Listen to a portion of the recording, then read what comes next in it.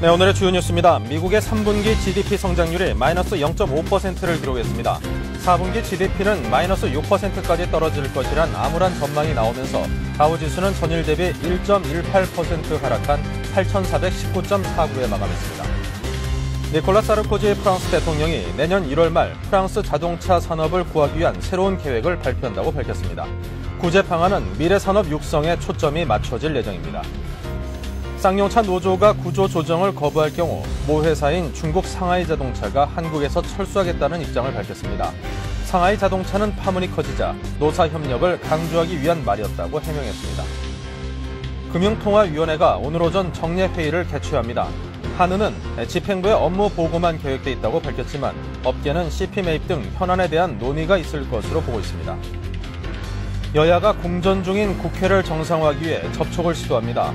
김영호 국회의장은 오늘 오전 여야 간의 협상 노력을 지켜본 뒤 상황에 따라 직권 중재에 나서겠다는 입장입니다. 안녕하십니까. 출발센 증시의 임동석입니다. 올해 2008년 한 해 동안의 유가 증권 시장의 성적표가 나왔습니다. 굉장히 복잡한데요. 한번 정리를 해봐 드리겠습니다.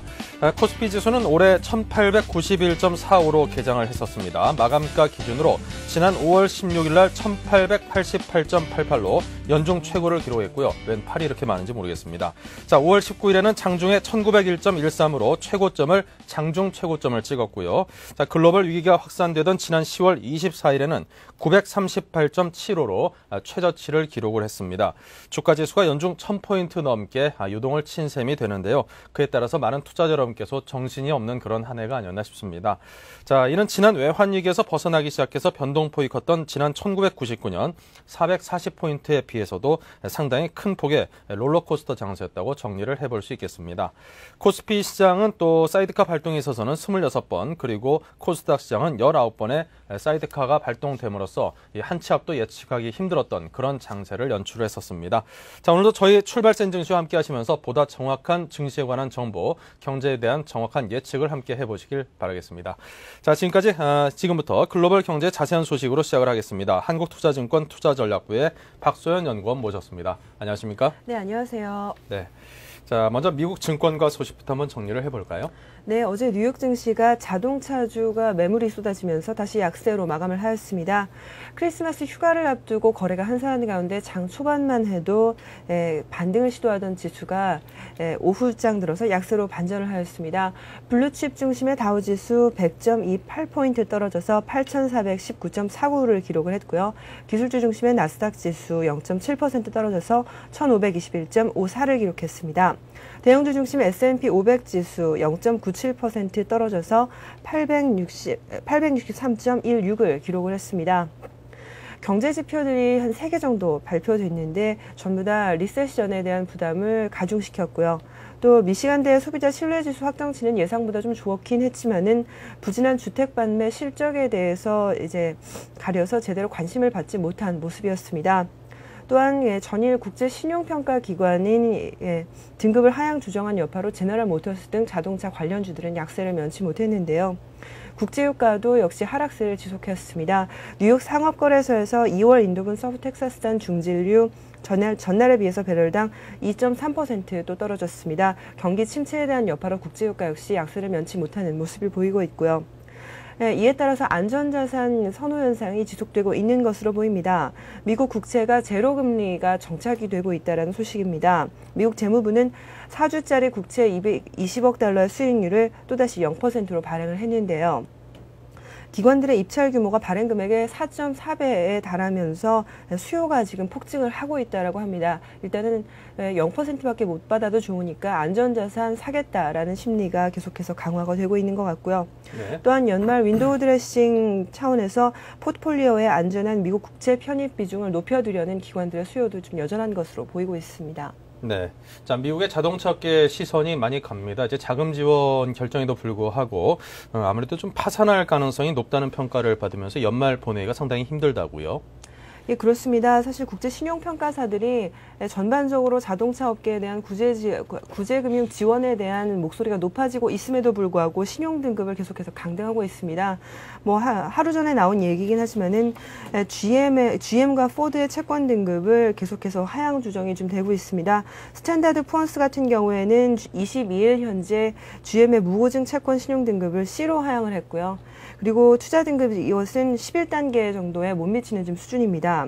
무디스 같은 경우에는 포드의 260억 달러의 규모의 회사채 등급을 CAA3로 두 단계 하향 조정을 했습니다. 이는 역시 투자 등급보다 지금 9단계 정도 낮은 수준인데요. 따라서 앞서 말씀드렸던 것 같이 미국 정부 못 믿겠다, 미국 자동차 업계 여전히 힘들 것이다 라는 전망이 계속해서 나오고 있는 것 같습니다. 릭 웨거너 제너럴 모터스 회장은 GM이 요청한 94억 달러의 자금을 향후 24일 내로 분명히 받을 수 있다라고 공언을 했지만은 투자자들은 이러한 자금도 GM이 회생하기에는 지금 충분치 않다라고 보고 있는 것 같습니다.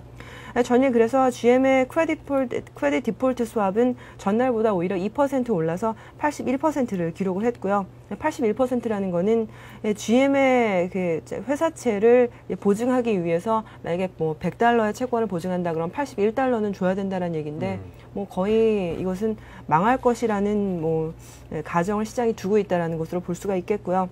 또 지금 2016년 4월 만기 채권 수익률이 지금 만기 수익률이 56%까지 치솟았습니다. 그리고 주가 역시 폭락했는데 GM은 15%, 포드도 15.4% 떨어졌습니다. 네. 자, 그리고 어제 미국에서는 각종 지표가 이제 많이 발표가 됐는데요. 앞서 말씀하셨지만 소비자들의 소비 심리가 그래도 조금씩 나아지고 있는 그런 추세라면서요. 예, 뭐 나아지고는 있지만 사실 뭐 수치 자체가 그렇게 좋지가 않기 때문에 긍정적 평가는 힘들 것 같습니다. 3분기 GDP 성장률 같은 경우에는 마이너스 0.5%를 기록을 해서 4분기 역시 좋지 않을 것이라는 얘기가 지금 감돌고 있고요. 11월 주택 판매 역시 8.6% 감소를 하면서 주택 경기가 사실은 결자해지 측면에서 굉장히 중요한 지표인데도 불구하고 주택 경기 여전히 좋지 않구나라는 심리 때문에 오후장 하락세를 주도를 했습니다. 말씀하신 것과 같이 소비자 심리는 조금 좋아진 것으로 보이긴 하지만은 일단은 11월 수준보다 조금은 반등을 했습니다. 하지만 기준치인 100선에서는 아직 여전히 못 미치는 지금 한 60.1인 수준이기 때문에 여전히 좀 좋지 않을 것으로 전망을 하고 있습니다. 네. 자, 아시아 주요 증시 움직임은 어땠습니까? 예, 뭐 중국이 또 한 번 지금 경기 부양을 위해서 금리 인하를 또 한 번 단행을 했지만은 실망스러웠습니다. 전부 다 약세로 마감을 했고요. 네. 일본 증시는 일왕 탄생일을 맞아서 휴장을 했고 중국 증시는 지금 한 4% 또 떨어졌습니다. 상하이 종합지수는 4.5% 급락해서 1897.2로 거래를 마감을 했고요. 금융주들이 일제 하락을 하면서 지수를 끌어내렸습니다. 흥업은행 5%, 또 초상은행, 교통은행 일제히 4% 이상 떨어졌고요. 홍콩 증시 역시 소폭 약세로 마감을 하였습니다. 대만 증시 역시 떨어졌는데 파워칩 같은 경우에는 디랩 제조업체로 굉장히 유명한데 정부의 구제금융까지 요청하는 등 국가 대표 산업인 전자업체의 위기가 일파만파로 확산되고 있는 그런 모습입니다. 네. 자, 이렇게 해서 글로벌 경제의 자세한 흐름을 상세하게 정리를 해봤습니다. 한국투자증권 투자전략부의 박소연 연구원과 함께했습니다. 고맙습니다. 네, 감사합니다.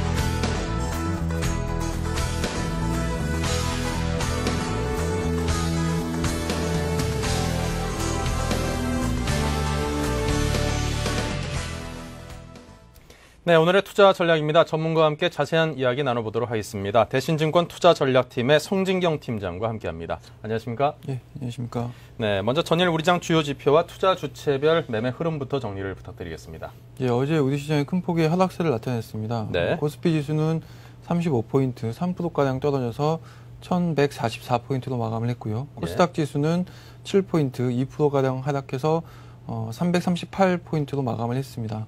투자자별로 보면 개인이 1,366억 원 순매수를 했지만 기관하고 외국인이 순매도를 나타냈는데요. 기관 같은 경우는 875억, 외국인은 634억 원을 순매도하면서 주가의 하락 압력을 키우는 모습이었습니다. 네. 자, 그렇다면 이제 코스피 지수가 1200선 진입하려는 시도가 지금 번번이 지금 좌절이 되고 있습니다. 1200선을 확 뚫고 올라갔다라면 연말 랠리에 대한 강한 기대감이 좀 더 지속될 수 있을 텐데 지금 장세로 봐서는 연말 랠리 기대하기가 조금 힘들지 않겠는가, 추가 반등은 좀 쉽지 않겠다라는 생각도 드는데요.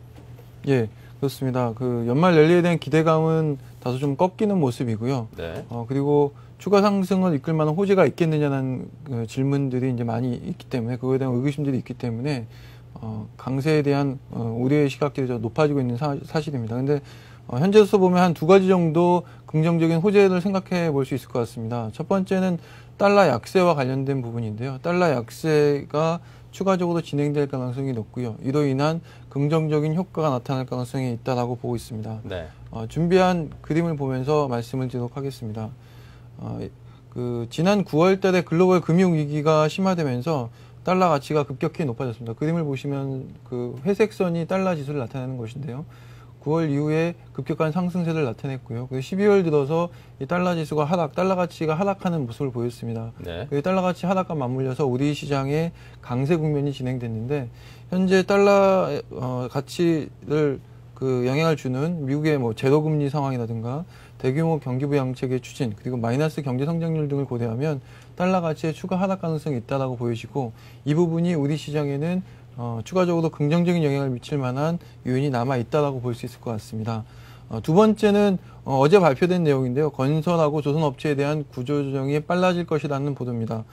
이 부분이 해당 업체들, 특히 건설업체들 같은 경우는 투자 심리를 다소 좀 부담을 줄 수 있는 요인이지만, 금융권은 상당한 부담을 좀 경감할 수 있는 그런 요인이라고 보여집니다. 정책 당국은 일단 부실한 산업들, 특히 건설하고 중소 건설 업체에 대해서 옥석을 구분해 가지고 우량한 기업들, 회생 가능한 기업들에게는 자금 지원을 원활하게 하겠다라는 것이 이제 주요 목적이라고 볼 수 있을 것 같고, 부실한 기업들에게 계속 자금을 대주면서 금융권의 부실을 키울 수 있다는 그런 우려들을, 그런 부담을 덜 수 있다는 점에서 금융권에는 호재도 작용할 수 있을 것이라고 볼 수 있을 것 같습니다. 그림을 보면서 이것도 말씀을 드리면요. 네. 지난 금년 들어서 사실 은행 업종하고 금융 업종하고 건설 업종이 거의 동반된 양상을 보였습니다. 그래서 건설 업종의 부담이 금융 쪽에도 고스란히 나타났다고 볼 수 있을 것 같은데요. 보시는 차트에서 정도의 차이는 있지만 동일한 패턴으로 그려지고 있습니다. 근데 이번 구조조정 발표로 인해서 건설 업종은 다소 부담스럽겠지만 금융 업종은 건설업에 대한 부담을 다소 덜어내면서 두 업종 간의 주가 차별화가 진행될 가능성도 있지 않을까, 이렇게 보고 있습니다. 네. 자, 이제 올해 거래일이 한 4일 정도가 남았습니다. 이제 연말마다 항상 노인 상황이 같지는 않습니다만, 그래도 연말마다 그래도 어떤 비슷한 패턴이 좀 있지 않을까 싶은 생각도 드는데요. 지난해 말에 어떤 증시의 움직임을 한번 되돌아보면은 지금 연말 얼마 남지 않은 이 장세에 그래도 좀 보다 더 효율적으로 운용할 수 있는 그런 길이 있지 않을까 싶습니다. 어떻습니까? 예, 그렇습니다. 연말에는 이제 재료들이 많이 이제 소진하게 되고요.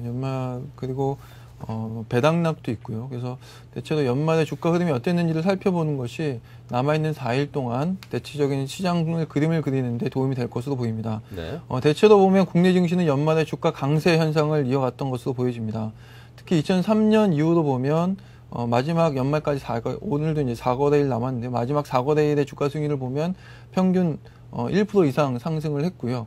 그리고 2% 내외의 배당락 효과를 고려한다면 연말 강세가 뚜렷하다고 볼 수 있을 것 같습니다.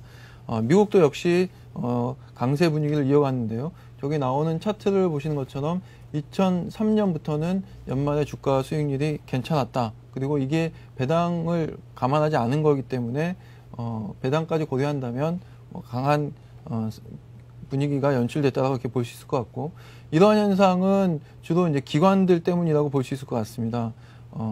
그 기관들이 주로 연말에 주식을 이제 사들이면서 연말 강세 분위기를 일조했는데, 이제 윈도우 드레싱 효과라고 할 수 있는데요. 네. 이런 경향을 보였고요. 반면에 외국인들은 매수 강도가 다소 주춤해지는 그런 모습을 보였습니다. 네. 자, 그렇다면 지난 11월 이후 이제 주가 반등세가 전반적인 흐름으로 자리를 잡았었습니다. 물론 그 안에 이제 등락폭은 있었는데요. 자, 그렇다면 이게 주가가 어느 정도 상승하는 추세 자체가 그래도 당분간 좀 유지가 될 수 있을까요? 예, 저희는 그 내년 1월 중순 정도까지는 상승 추세가 유지될 걸로 생각을 하고 있습니다. 네. 물론 이번 그 랠리 자체가 유동성 장세로, 유동성 랠리로 발전하기에는 다소 좀 어려움이 있습니다. 최근에 경제 상황이라든가 기업 실적들이 상당히 부진할 것으로 보여져서 네. 이 벽을 넘어서 주가가 반등하기는 쉽지 않다라고 볼 수 있을 것 같고, 현재 베어마켓 랠리가 결국 그 변화되는 시점은 투자 심리의 변화에서 찾아야 될 것으로 이렇게 예상이 됩니다. 그래서 1월 중순부터 시작되는 기업들의 실적 발표, 그리고 이제 경제 지표들이 발표되면서 지금까지는 금융 위기 해소에 대한 기대가 주가 반등을 이끌었다면, 이제부터는 경기 침체, 실물 경기 침체와 기업 실적 악화에 대한 우려가 그 하락 압력으로 작용하면서 베어마켓 랠리가 마무리되지 않겠는가라고 이렇게 전망하고 있습니다. 네. 자, 이제 크리스마스 휴일을 앞둔 장입니다. 자, 그렇다면 오늘의 전략은 어떻게 세우는 게 가장 좋을까요? 예, 앞서 말씀드린 것처럼 미국 시장이 계속해서 좀 약세 국면을 나타냈는데, 달러 부분을 더 이제 주목할 필요가 있을 것 같습니다. 연말 같은 경우에 미국 시장과의 동조화가 약화되는 경향이 있기 때문에 미국 시장이 하락했다고 해서 우리 시장에 즉각적인 영향을 줄 거라고 생각하면 조금 다른 포인트라고 볼 수 있을 것 같고요. 그래서 일단 달러 약세가 어떻게 진행되는지 원달러 환율을 주목해서 볼 필요가 있을 것 같고요. 원달러 환율의 추가적인 하락, 이 부분에서 발생할 수 있는 긍정적인 모멘텀에 주목할 필요가 있다라고 볼 수 있을 것 같습니다. 그리고 앞서 말씀드린 것처럼 건설업종의 구조조정은 금융주에는 긍정적으로 작용할 수 있다는 점도 눈여겨볼 필요가 있을 것 같고요. 그리고 대체로 연말 4일 남아있는데 이 4일 동안 주가 강세 기조가 이어졌다는 점도 참고할 필요가 있을 것 같습니다. 네. 자, 그리고 많은 외국계 증권사들의 어떤 보고서를 보면요. 내년 1분기가 우리 한국 주식을 매입하기에는 가장 좋은 시기다라는 그런 진단도 내놓고 있는데, 사실 그럼 1분기가 바닥을 찍고 그 이후에는 상당히 좋아질 수 있다라는 가능성을 내포하고 있어서 기분은 좋습니다. 1분기가 매입하기에 가장 좋은 적기라는데 동의를 하시는지 궁금합니다. 예, 이제 최근 어차피 이제 주가는 경기에 선행하는 상황인데요. 근데 지금처럼 경기가 심각하게 좀 안 좋아지는 상황이나 경기 전망 자체가 불투명한 상황에서는 주가의 선행선이 많이 약화됩니다. 그래서 지금 결국에는 경기 저점과 주가가 거의 동행할 가능성이 높다라고 볼 수 있을 것 같고, 그런 관점에서 본다면 경기 저점이 언제인가에 따라서 주가의 매입 시기도 결정된다고 보여집니다. 현재 컨센서스는 1분기로 모아지고 있는데요, 경기 저점이. 근데 지금 최근에 이제 약화되고 있는 경기 둔화 속도를 감안한다면 1분기에서 한 분기 정도 더 늦춰질 가능성도 좀 있다라고 보여집니다. 그래서 네. 일단 저희 쪽에서는 1분기에도 다시 이렇게 매수할 기회는 있겠지만 좀 경기의 진행 속도를 확인하면서 1분기보다는 2분기 정도의 매수 타이밍을 가져가는 것이 필요하지 않을까 이렇게 보고 있습니다. 네. 항상 이 예측이라는 게 이제 객관적인 어떤 근거 플러스 기대 심리가 함께 좀 섞여 있는 것 같은데요. 이제 기대 심리와 그 정확한 이제 객관적인 근거의 그 비율이 한 어느 정도인가, 그것도 좀 잘 따져봐야 될 것 같고요. 지금 같은 장세에서는 이제 상황이 호전된 것을 확인하고 난 다음에 뛰어들어도 결코 늦지 않는 그런 장세일 것 같다는 생각도 듭니다. 자, 그렇다면 많은 펀드 매니저들에게 여쭤봤더니 내년에 유망한 투자처로 이제 채권들을 꼽고 있더라고요. 채권 투자에 대해서는 어떻습니까?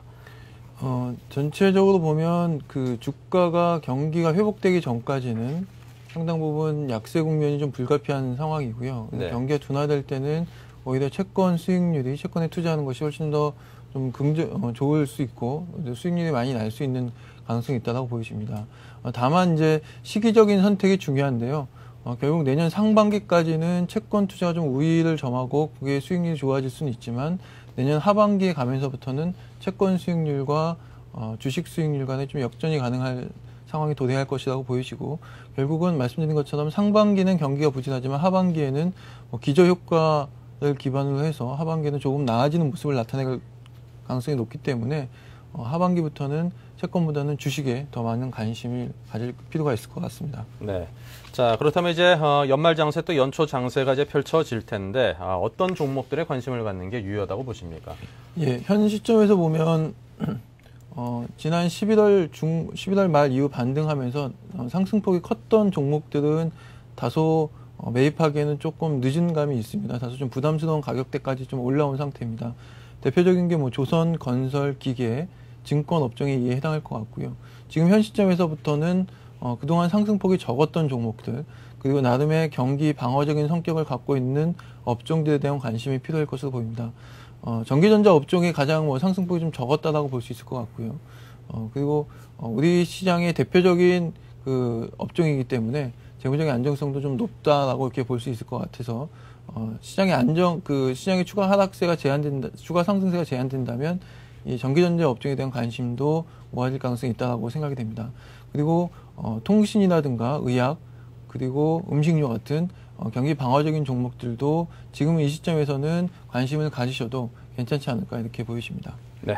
자, 이렇게 해서 관심 가질 만한 종목, 그리고 지금 연말 장세에 관한 자세한 분석과 또 그에 대한 적절한 대응 방법까지 함께 자세히 들어봤습니다. 지금까지 대신증권 투자전략팀의 성진경 팀장의 도움 말씀 청해 들었습니다. 고맙습니다. 예, 감사합니다.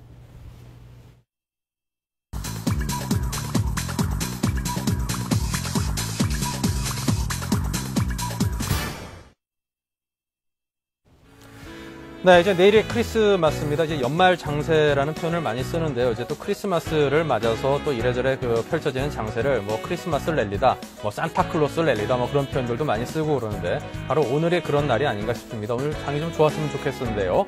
자, 지금 8시 57분을 막 지나고 있습니다. 동시효과 상황을 통해서 오늘 장의 흐름을 미리 예측해 보도록 하겠습니다. 네, 지금 화면을 보니까 산타클로스 할아버지가 오시려다 그냥 다시 가신 것 같네요. 지금 장이 좀 하락하고 있는 종목들이 굉장히 많은데요. 마이너스 1.73%의 포스코를 비롯해서 한국전력은 마이너스 2.8%로 하락폭이 좀 더 크고요. 금융주들의 움직임이 그다지 좋지 않습니다. KB금융이 마이너스 3.6%, 신한지주가 마이너스 1.3%, 그리고 KTNG나 LG전자나 KT, 현대차 같은 모든 대형주들이 모두 1% 중후반에서 2% 중반까지의 그런 하락세를 보이고 있습니다. 상승하고 있는 종목들을 찾기가 만만치 않게 어려운데요. KTF가 플러스 1.29를 비롯해서 현대상선만이 1% 조금 못 미치는 소폭의 상승세를 보이고 있습니다. 건설주들이 지금 건설업종과 조선업종의 구조조정 계획에 영향을 받아서인지 어제 장세도 상당한 폭락 장세를 보였는데요. 건설업종의 움직임이 오늘도 그다지 좋진 않습니다. 삼성물산이 마이너스 0.12, 현대건설이 마이너스 3.2%의 하락세를 보이고 있고, 금융주 우리금융도 역시 마이너스 1.44%의 하락세를 보이고 있습니다. 자, 대부분의 종목들이 지금 하락세를 보이고 있고, 대우조선해양 요즘 들어서 한화와 산업은행 간의 실사 움직임, 그리고 잔금 납부 기간 연장에 대한 요청과 이에 대해 된다 안 된다라는 그런 줄다리기에 영향을 받아서인지 현재 대우조선해양 마이너스 2.45%의 하락세를 보이고 있습니다. 자, 대우건설만이 건설업종으로서는 유일하게 현재 거의 상승세를 보이고 있고요. 0.86%의 강보합세를 보이고 있습니다. 자, 그 밖에 대부분의 종목들이 업종과 종목에 상관없이 대부분 하락세를 보이고 있는데, 제일모직과 웅진코웨이, 롯데제과 등등만 지금 현재 이런 상승세를 보이고 있는 종목들이 한데 모여있는, 밑으로 내려가니까 꽤나 많네요. 코리안리가 현재 재보험 회사죠. 코리안리가 플러스 4%, 그리고 한미약품이 플러스 2.6%, 그 다음에 강보합세를 보이고 있는 종목들이 한국금융지주와 태광산업, 롯데칠성, 삼성정밀화학 등등이 보입니다. 롯데칠성 같은 경우는 이제 두산주류 비즈를 인수하면서 토종의 주류 전문 그룹으로 이제 다시 새로이 날 수 있다라는 그런 기대감에 상당히 힘입은 모양입니다. 그리고 처음처럼이란 브랜드가 그동안 상당히 호조세를 보이긴 했지만 수도권에만 집중이 돼 있었는데, 롯데칠성 같은 경우에 전국에 걸친 유통망을 갖고 있기 때문에 전국에서 잘 팔리는 그런 소주를 만들 수도 있다라는 기대감이 함께 부응한 그런 주가가 보여지고 있습니다. 자, 코스닥 쪽으로 가보죠. 동서가 현재 플러스 3.6%의 상승세를 보이고 있습니다. 음식료 포장재를 만들고 있고, 동서식품의 모기업이죠. 자, 서울반도체가 플러스 1%의 상승을 보이고 있고, 하지만 대부분의 종목들이 역시 하락세를 보이고 있습니다. 증권주 좋지 않습니다. 키움증권이 마이너스 4.69%를 비롯해서 대부분 하락하고 있습니다.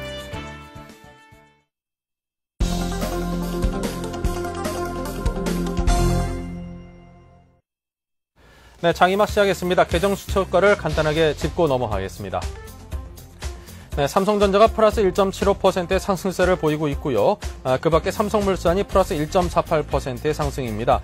건설주로서 지금 상승 어제의 하락폭을 조금씩 만회하는 모습을 보이고 있고요. 아모레퍼시픽과 현대상선은 강보합세, 대우건설과 현대미포조선도 마찬가지입니다. 오늘 전반적으로 건설업종이 어제 너무나 큰 폭으로 하락을 했기 때문에 오늘 소폭의 반등세를 보이고 있는 그런 양상입니다. 자, 그 밖에 밑쪽으로 내려가 보니까 웅진코리아, 롯데제과가 1%대 상승이고요. 현대백화점과 한국금융지주, 코리안리, 태광산업, 한미약품, 동아제약, 오리온, 그 밖에 제일기획과 한라공전, 녹십자 등등 상승하고 있는 종목들의 수도 꽤나 많습니다. 하지만 하락하고 있는 종목들의 수는 조금 더 많아 보이고요. 하지만 그 하락폭을 좁혀나가면서 보합세로 접어들고 있는 종목들의 수가 상당히 많이 늘고 있습니다. 자, 코스닥으로 가보겠습니다. 역시 동서가 플러스 3.39를 비롯해서 큐렉스가 플러스 2.8, 한국선제 플러스 1.7, 동신건설 1%의 상승세를 보이고 있습니다. 자, 그 밖에 하락하고 있는 종목들도 상당히 많은데요. 자, SK브로드밴드가 마이너스 1.6%를 비롯해서 키움증권 마이너스 4%, 다음이 마이너스 2%, 그리고 이화공영과 청담러닝이 마이너스 1%대 중반의 하락을 보이고 있습니다. 네, 현대증권 투자분석부를 연결하겠습니다. 류용석 팀장입니다. 안녕하십니까? 네, 안녕하십니까? 네, 오늘 출발 시황부터 정리해 주십시오. 예, 코스피 시장이 약보합세로 출발하고 있습니다. 미국 증시가 지속적인 주택시장의 하강 등 실물 경기의 위축이 여전하고요. GM 등 자동차 산업에 대한 처리 문제 역시 답보 상태를 보이면서 5일 연속 하락한 것이 우리 증시에 전반적으로 부담이 되고 있습니다. 코스피 역시도 여러 차례 시도는 있었지만 끝내 1200선의 저항을 극복하지 못하면서 심리가 다소 불안해진 것도 하락의 이유가 될 것으로 보여집니다. 어제 미국 증시는 GM 등 자동차 주식에 대한 신용평가기관들의 신용등급 하향 조정과 함께 기존 주택 판매 등 주택시장 냉각을 알리는 지표들이 있었고요. 실물경제 침체로 인해서 국제유가는 감산 조치에도 불구하고 40달러를 하회하면서 미국 증시는 5일 연속 하락을 했습니다. 우리 증시도 어제 있었던 쌍용차 최대 주주인 상하이차의 철수에 대한 고려 소식과 정부의 건설 및 조선업종에 대한 내년도 상반기 중에 구조조정 단행 소식, 이로 인해서 전반적으로 은행의 부실 분담이 늘 수 있다는 전망들이 하락의 이유로 작용하고 있습니다. 네, 자, 그렇다면 오늘 장에 어떻게 대응하는 게 좋을까요? 예, 금요일을 포함해서 이제 남아있는 기간은 4일 정도 이천 증시가 남아있는데요. 따라서 연말 랠리에 대한 기대가 있지만 현 시점에서 본다면 연말 랠리의 기대의 눈높이는 좀 더 낮춰야 할 것으로 보입니다. 우선 각국 정부의 실물 경제 침체의 방지와 경기 부양책 등 다양한 정책 효과로 반등의 선두에 섰던 현대중공업이라든가 대우증권 등 선도 종목들이 주요 저항선이 하나라고 볼 수 있는 120일 전 저항을 극복하는 데는 다소 시간이 필요할 것으로 여겨지기 때문입니다. 다음으로 볼 수 있는 것은 후속 자금 유입은 이어지고 있지만 유입 강도 자체가 약해서 진정한 의미에서 볼 수 있는 유동성 랠리라기보다는 아직은 설익은 형태의 유동성 랠리 초기 단계에 그칠 가능성도 있기 때문입니다. 다만 이제 투자자들이 정책에 대한 기대의 심리가 아직 남아있어서 조정이 수반되더라도 그 조정폭은 상당히 제한적인 것으로 생각할 수 있는 만큼 개별 종목주 대응은 아직은 유용할 것으로 보여집니다. 네. 자, 그렇다면 어떤 종목과 업종에 눈여겨볼까요? 예, 당분간 제약, 바이오 등 개별 종목들의 짧은 순환 장세가 예상되는 가운데 전반적인 장세 판단을 위해서는 앞서 말씀드린 대로 기술적 반등의 주역인 동시에 소위 경기선이라고 일컬어지는 120의 저항에서 일단 주춤했던 포스코나 현대중공업, 대우증권 등의 주가 흐름과 함께 이들 종목군에 대한 기관과 외국의 매매 동향을 살펴봐야 될 것으로 보여집니다. 네. 자, 지금까지 오늘 장세에 대한 흐름과 그리고 관심 가질 만한 업종과 종목에 관한 이야기까지 함께 청해서 들었습니다. 자, 지금까지 류용석 팀장이었습니다. 고맙습니다. 네, 감사합니다.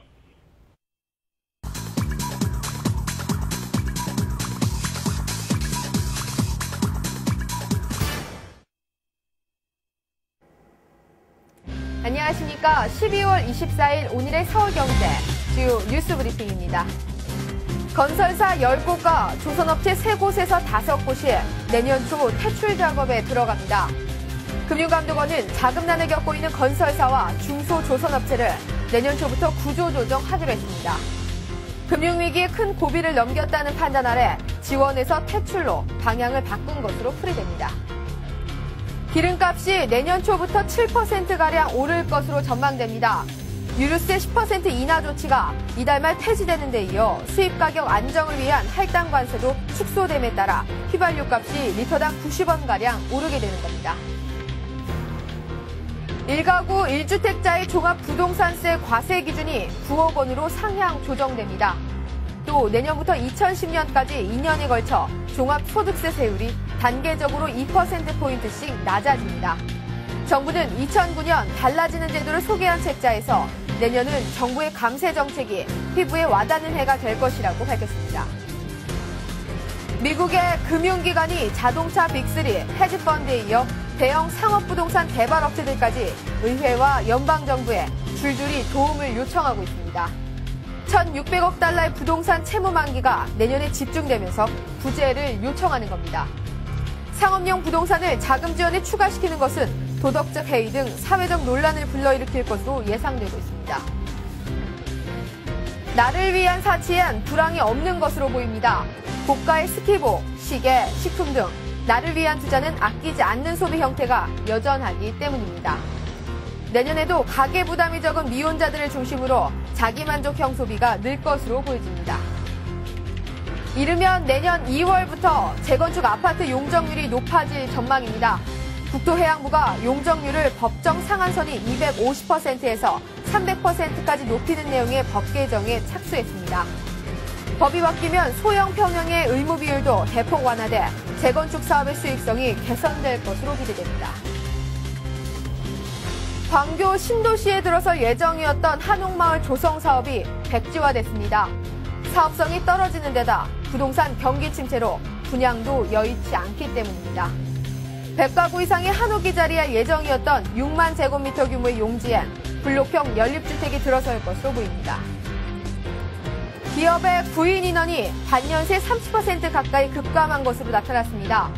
노동부가 5인 이상 사업체를 조사한 결과 기업들의 지난 3분기 구인 인원은 1분기보다 29.2% 줄었습니다.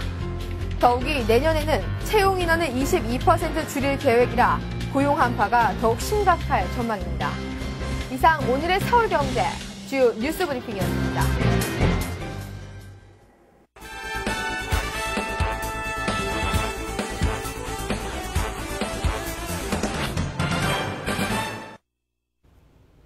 네, 뉴스 따라잡기 시간입니다. 서울경제신문 이상훈 기자를 모시고 함께 이야기를 나누겠습니다. 안녕하십니까? 안녕하십니까? 네. 자, 금융당국이 결국 이제 건설업과 조선업에 대해서 강력한 구조 조정을 실시하겠다라는 그런 뜻을 밝혔습니다. 내년 초부터는 채권은행이 직접 퇴출 작업을 진행한다고 하는데요. 어떤 내용입니까? 그렇습니다. 이 정부와 금융당국이 이 건설사와 중소조선사들을 대상으로 내년 초부터 강력하게 퇴출 작업에 착수한다는 이런 방침을 현재 밝힌 상황입니다. 이 금융감독원이 어제 기자간담회를 가졌는데요. 올해 말까지 이 건설업과 중소조선사들에 대해서 퇴출 기준을 만든 뒤 내년 초부터는 이 주채권은행이 직접 퇴출 작업을 진행하도록 할 방침이다. 이렇게 밝힌 상황입니다. 어제 이제 김종창 금융감독원장이 기자간담회에서 이렇게 내용을 좀 밝혔는데요. 이 금융불안과 실물 경기 침체로 자금난을 겪고 있는 이 건설업체와 중소조선업체들을 대상으로 구조조정에 착수를 하겠다면서 연말까지 평가 기준과 세부 절차를 마련하겠다고 이렇게 현재 밝힌 상황입니다.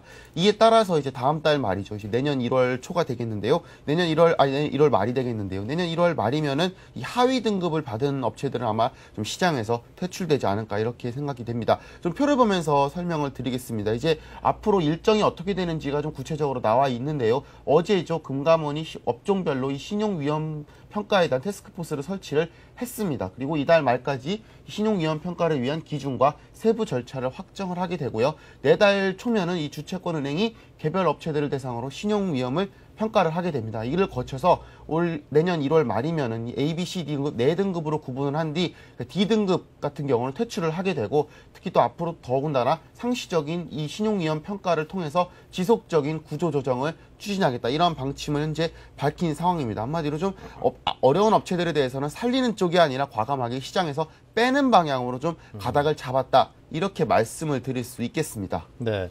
당초 금융당국에서 이제 건설업과 조선업에 대해서는 이제 퇴출보다는 어떤 그 회생 쪽으로 좀 지원 쪽으로 정책의 무게감을 싣는 듯 했었는데 그 방향이 살짝 선회한 듯 싶습니다. 네. 자, 이렇게 방향이 선회하게 된 그 배경과 구조 조정을 한다라고 하면은 그 규모가 어느 정도 될지 궁금한데요. 예, 우선 뭐 배경부터 좀 살펴볼 필요가 있습니다. 이제 사실 금감원도 그렇고요. 뭐 국내 경제정책 당국도 그렇고 이달 초까지만 해도 웬만한 뭐 건설업체들은 좀 살리는 쪽으로 정책 방향을 사실 잡은 바가 있습니다. 뭐 대표적인 그 사례가 대주단 협약 같은 거 아니겠습니까? 네. 대주단에 가입을 하면은 웬만하면은 다 살려주겠다. 이러한 게 정부의 사실상의 방침이었는데요. 이게 이제 방향이 한 달 만에 급선회를 한 것입니다. 이렇게 지원해서 퇴출로 방향을 선회한 것은 좀 크게 두 가지로 볼 수 있겠는데요. 하나는 일단 큰 불은 끈 만큼 이제부터 좀 본격적으로 불안 요인을 제거해서 향후 더 큰 불이 날 수 있는 뇌관을 선제적으로 차단하겠다. 이런 뜻으로 좀 풀이를 해볼 수 있겠습니다. 이명박 대통령도 최근 들어서 이제 속도전을 부쩍 강조를 하면서 네. 시장의 불안 요인을 서둘러 제거하라는 메시지도 계속 밝히지 않았습니까? 이러한 부분도 역시 무시할 수 없는 배경으로 작용을 하는 것 같습니다. 이미 이제 은행권에서는 사실 한 달이면은 퇴출 기업을 선정할 걸로 보고 있습니다. 뭐 그 퇴출 기업 선정하는데 시간이 오래 걸릴 것 같지만요, 그닥 시간이 오래 걸리지 않을 거라는 이야기입니다. 이 시중은행 한 관계자가 밝힌 내용입니다. 이미 올 상반기부터 업종별 대출 심사를 통해서 기업에 대한 내부 평가는 대충 끝낸 상황이다. 이렇게 얘기를 밝혔습니다. 이미 뭐 웬만큼 나갈 기업들은 사실상 뭐 블랙리스트라고도 할 수 있는데 이런 리스트는 손에 쥐고 있다고까지도 좀 비약을 하자면 말씀을 드릴 수 있겠습니다. 이렇게 내부 평가를 끝낸 상황이라면은 이 금감원에서 구체적인 기준만 마련하면은 한 달이면은 퇴출 대상 한두 곳 정도는 쉽게 고를 수 있을 것이다. 이렇게 현재 밝힌 상황입니다. 이 구조조정 규모가 얼마나 될지 좀 궁금해하시는 분들도 현재 굉장히 많은데요. 일단 뭐 그 대상을 살펴보면 구조조정 대상에 들어가는 기업만 살펴보면은요. 건설업체 중에서는 여신공여액 500억 원을 넘는 곳이 주요 이 구조조정 대상으로 꼽힐 수 있겠고요. 주요 조선사의 경우에는 해외 수주 실적이 있는 국내 26곳 조선사들이 아마 이 신용위험 평가 대상에 포함이 됩니다. 물론 이 신용위험 평가 포함이 된다고 해서 무조건 다 퇴출되는 건 당연히 아닙니다. 그렇다면 얼마나 퇴출이 될 부분인지 이 부분이 바로 관건이라고 할 수 있겠는데요. 아직 구체적인 기준 자체가 나오지 않은 만큼 섣불리 사실 규모를 지금 단정하기는 굉장히 어려운 부분이 있습니다. 하지만 이 시장의 충격 등을 고려하면은 아마 퇴출 대상 건설사는 전체 약 5% 정도에 달하는 10여 곳 정도가 예상이 될 부분이 되고요. 조선사는 이보다 조금 비중이 높아서 아마 3곳에서 5곳 정도가 아마 시장에서 퇴출될 것으로 결정될 것이다. 이렇게 현재 업계에서는 관측을 하고 있는 상황입니다. 네.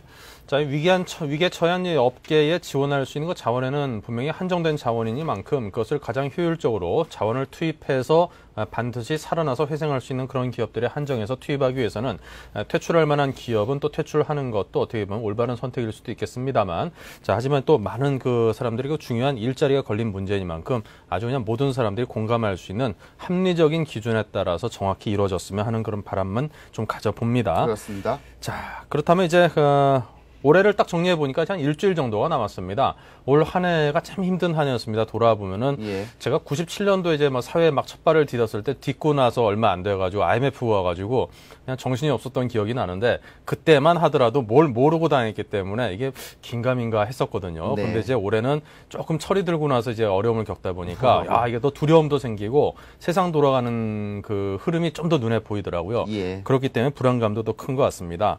자, 근데 이제 내년이 뭐 더 힘들 것이다라는 그런 전망들을 많이 하고요. 또 반면에 내년 하반기쯤에는 그래도 좀 경기가 좀 나아지지 않겠는가라는 그런 긍정적인 전망을 하시는 분들도 계시던데, 자, 어떻게 보시는지요, 내년에 대해서? 예, 뭐 사실 지난달 말까지만 해도 그 끝을 알 수 없을 만큼 우울한 전망들이 계속 나오지 않았습니까? 저희가 아마 이 프로그램을 시작한 게 아마 10월 달로 기억이 되는데요. 네. 그때만 하더라도 정말 하루하루가 저희가 공포에 질려서 방송을 했던 그런 좀 기억까지도 아직도 생생합니다.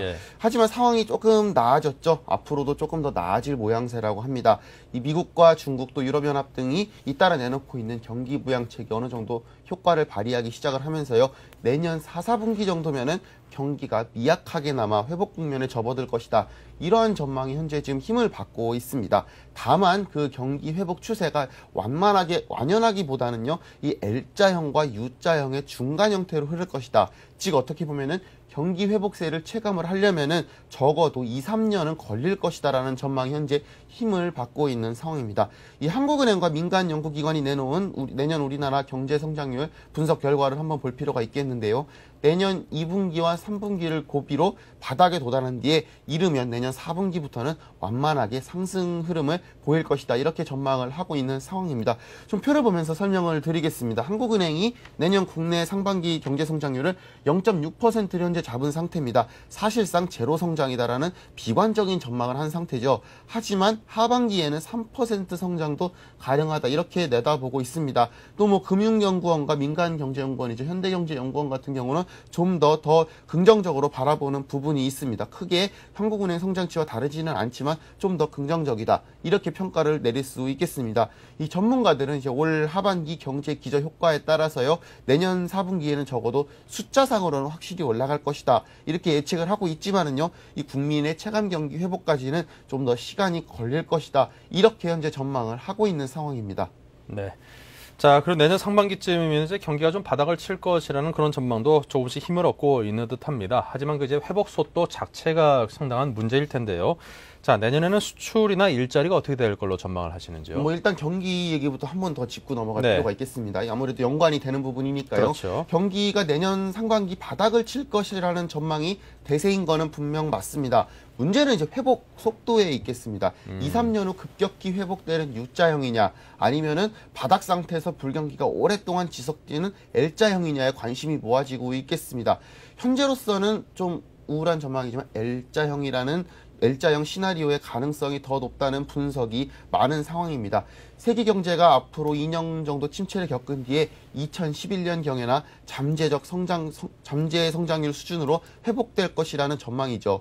이 더군다나 세계 경제의 비관론이 커지면서 이 국내 경기의 하강 속도 역시 가팔라지고 있는 부분 아니겠습니까? 이로 인해서 뭐 해외 투자은행들은 우리나라에 대해서 1%대 심지어는 마이너스 성장을 할 것이라는 전망까지도 잇따라 나오고 있는 상황입니다. 이로 인해서 이제 경기 부양의 정책적 효과를 감안해도 2% 성장에는 좀 다소 못 미치지 않겠느냐, 이러한 좀 암울한 전망들도 현재 나오고 있는 상황입니다. 방금 전에 또 말씀하셨다시피 이제 관심이 가장 가는 부분이 아무래도 수출과 일자리가 아닐까 싶습니다. 그렇죠. 이제 우리나라 경제를 이끄는 부분이 수출이고요. 또 우리 피부에 직접적으로 와닿는 부분이 바로 일자리 창출 아니겠습니까? 수출 먼저 좀 살펴보겠습니다. 수출 같은 경우는 정부는 현재 내년 수출 증가율이 한 0% 내외에서 성장할 것이다. 현재 지금 마이너스대로 갈 것이다. 마이너스 심지어 두 자릿수로 갈 것이다라는 얘기까지 나오고 있지만 현재로서는 정부로는 0% 내외에서 선방할 것이다라고 말하고 있습니다. 아무래도 개발도상국 성장세가 상대적으로 양호하고 또 최근에 고환율로 인해서 우리 기업들의 가격 경쟁률이 어느 정도 높아진 점을 그 배경으로 꼽고 있는 상황입니다. 다만 세계 경기 회복이 맞물려야 하기 때문에 내년에 설사 플러스로 돌아선다 하더라도 이게 좀 착시 효과에 그칠 것이라는 또 비관적인 전망도 나오고 있습니다. 또 하나는 일자리 부문입니다. 아무래도 내년 상반기보다는 그래도 하반기가 조금은 나아질 것이라는 희망적 전망이 조금은 우세한 상황입니다.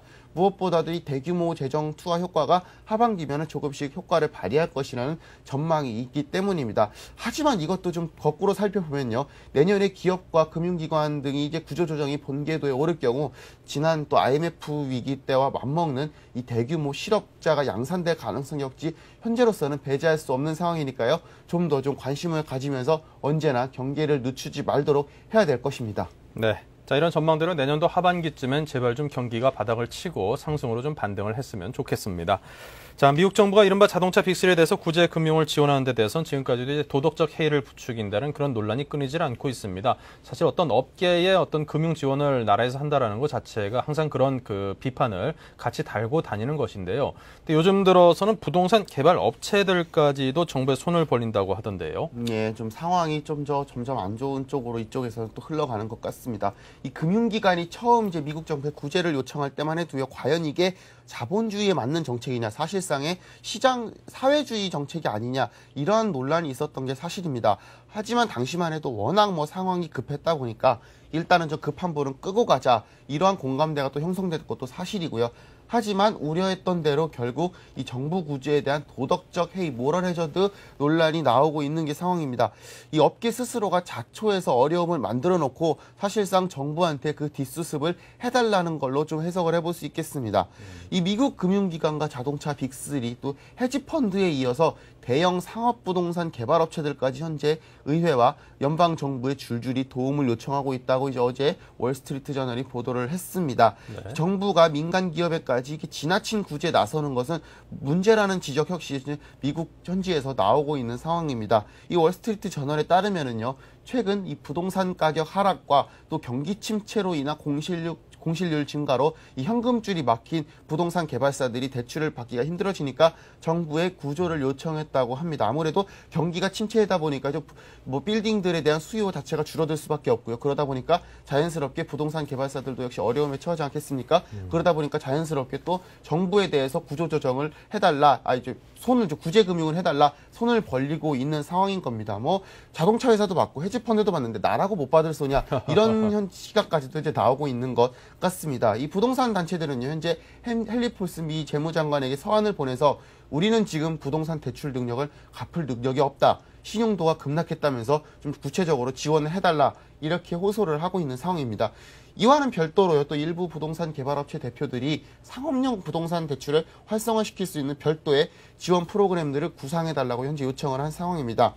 하지만 이 뉴욕 월가에서는 현재 FRB가 운영 중인 2천억 달러 지원 대상에 이러한 상업용 부동산을 포함시키는 것은 많은 사회적 논란이 불거질 수 있다면서 우선 해당 업체들이 대대적인 자구 노력에 나서야 할 것으로 지적을 하고 있습니다. 이 미국 정부의 반시장주의적 구체적인 이 부작용이 벌써부터 불거지고 있는 상황이다, 이렇게 좀 말씀을 드릴 수 있는 겁니다. 네. 자, 지금까지 경제 소식을 자세하게 여러 가지 이슈를 상세하게 정리를 해서 들어봤습니다. 서울경제신문 이상훈 기자와 이야기를 나눠봤습니다. 고맙습니다. 고맙습니다.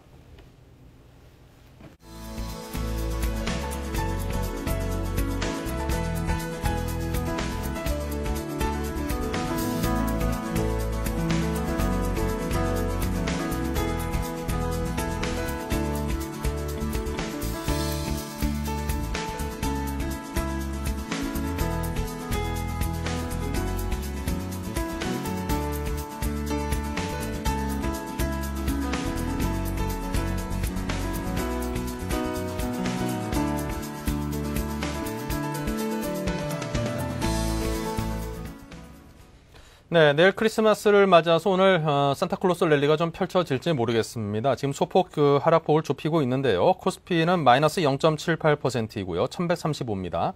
코스피는 현재 마이너스 0.58%가 하락한 336포인트. 환율이 소폭 하락하고 있습니다. 9시 17분 현재 30전이 하락한 1337원 70전. 여전히 일시 단기 반등, 급등한 그런 가격대 지금 거래가 되고 있습니다. 자, 크리스마스 이브날 여러분께 전해드린 오늘 순서는 여기서 마치고요. 내일은 크리스마스입니다. 내일은 장이 열리지 않아서 저희들이 방송을 하루 쉬고요. 그 다음날 또 다시 여러분을 찾아뵙도록 하겠습니다. 그리고 연말을 맞아서 저희 서울경제TV에서 여러분께서 한 해를 마감하고 또 새로운 한 해를 알차게 준비할 수 있도록 많은 특집 프로그램을 준비하고 있으니까요. 늘 저희 서울경제TV와 함께 해주시기를 부탁을 드리겠습니다. 고맙습니다. 안녕히 계십시오.